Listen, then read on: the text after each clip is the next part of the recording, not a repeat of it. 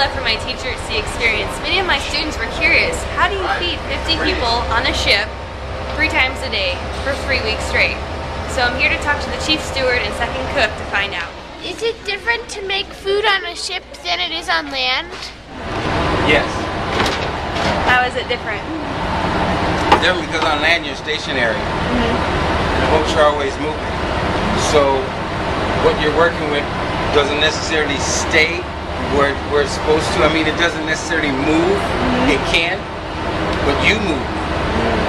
There's a feeling of helplessness when the bottom, your feet just disappear, or the floor does.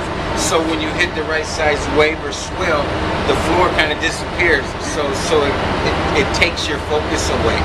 So yeah, it's different. Yeah. Is it hard to cook food for all the people there? Yeah.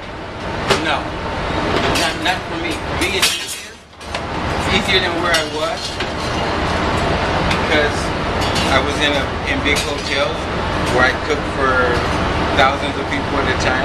Here I'm only cooking for a few. So that for me it's a lot easier. It's the same principle.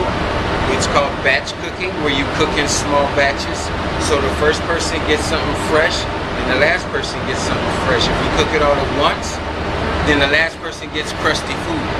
So we don't want that. Right. So you cook it in small batches and you just keep. The other thing about batch cooking is that you don't overcook. We're out in the middle of the ocean. When we run out of food, we're out of food. And there's no store to run to. So we have to stay on top of that kind of thing. Are you still a chef when you're not on the ship? Yes and no. And this is my first time on a ship, so I don't know. I've always been a chef. Is that like, do you have another job as a chef? I'm on what's called augmentation, which is like part-time, a will call thing. Okay. When this is over for me, yes, I will go back to being a chef unless they offer me a permanent job. Raul, on the other hand, is permanent. When we get back, he keeps working